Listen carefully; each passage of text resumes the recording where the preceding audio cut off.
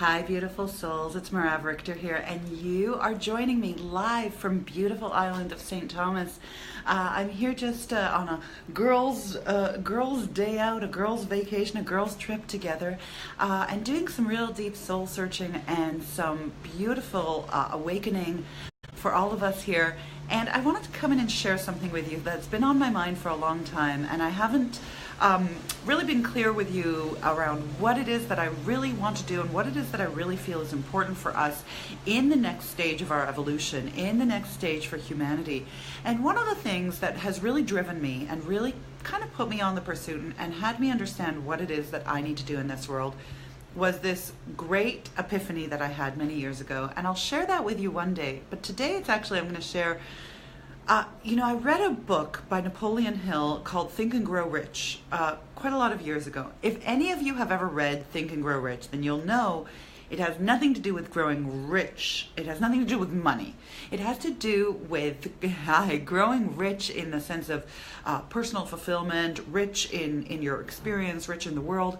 And Napoleon Hill actually was assigned to interview these, by Carnegie. He was sent on this mission to interview all these great world leaders, industry heads of industries, CEOs, people who were self-made or who were running a lot of the industries around the world.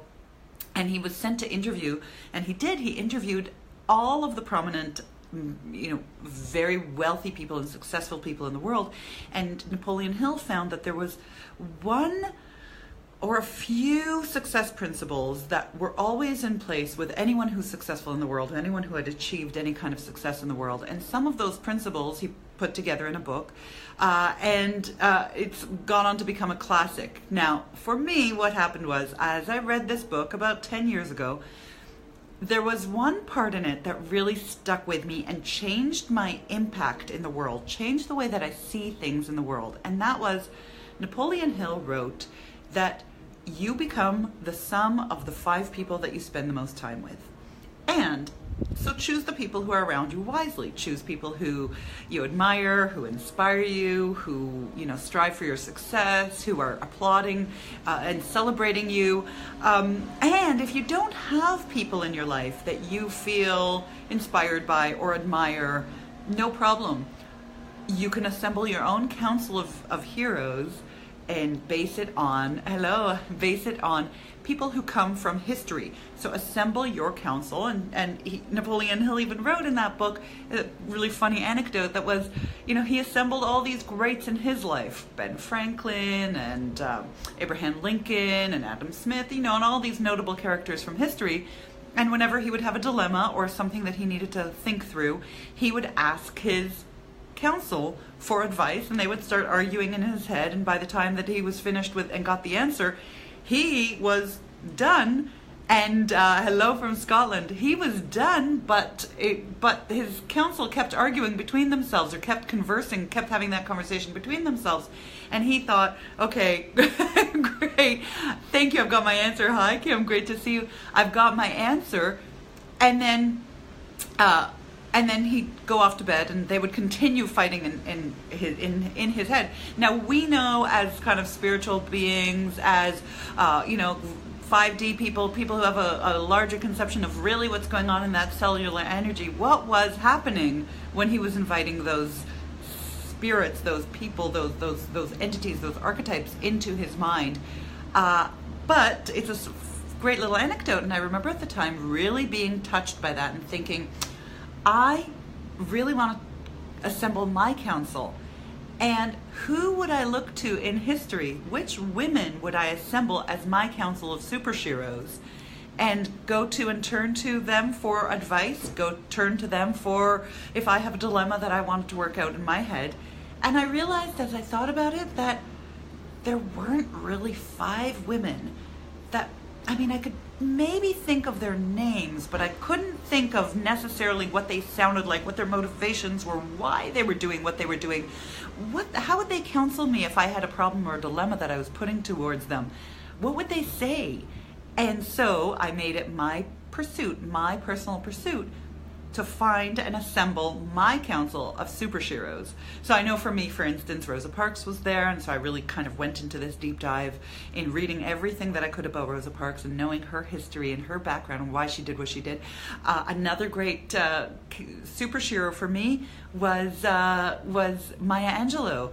But at the time when I was thinking of assembling this Council of Super Sheroes, I didn't want to creep in on her space. It was, it kind of felt a little intrusive, like a little bit voyeuristic.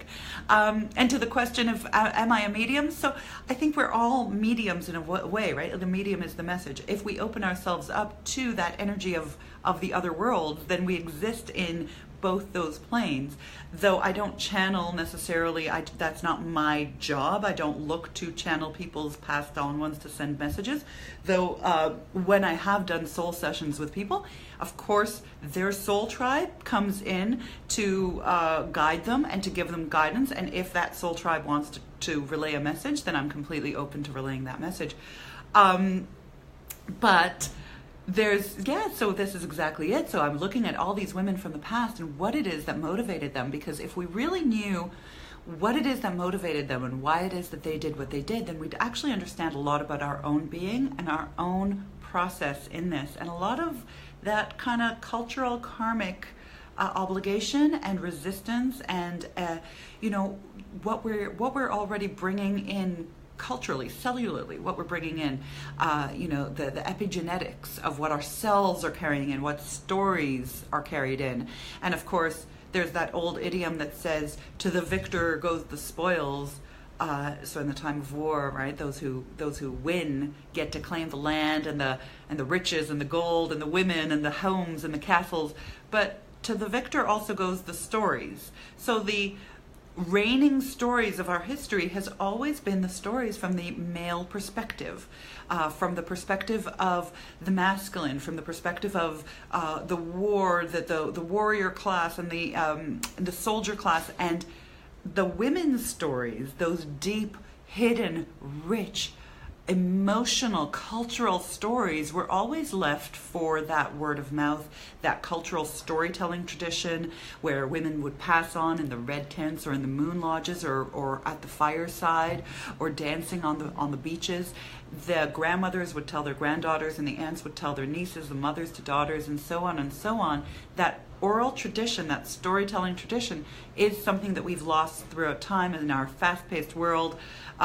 We've tried to, climb the corporate ladder and break through that glass ceiling, which is wonderful, and we needed to do that, and our time for that has come, but we lost something. Something was lost in translation along the way. So my intention to you is that I am going to share with you so that we can create this new identity, this new her story, this new tribe of super sheroes, the Council of Super Sheroes, so that we can know these women's stories on an intimate level, so that we can bring in whatever power it is that we need to bring in from that rich storytelling tradition, and so that we can feel into that, feel our place in that, take our role models, take our advice, and really know which women inspired us and what energy, what of the archetypal energy that really inspired us, because each and every one of us was put here at this time, this revolutionary time of change, for a reason. And so when we find that reason, then we find our greatness, our superpower, our super shero abilities.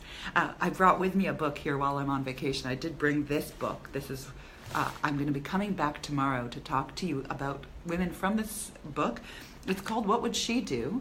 And I love to introduce different books and books that are targeted for children because they actually make it very easy to process the information. And this is kind of this new age, this female of the future, looking at that everything that's shifting in our world right now between the Me Too movements and the revolution and all of that, and looking at what is our role in it and taking lessons from women from the past, reclaiming her story.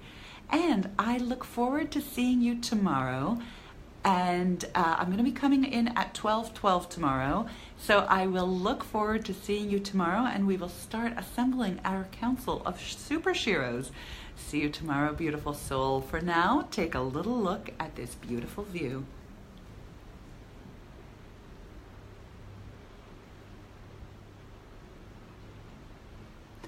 Bye, beautiful souls. See you tomorrow.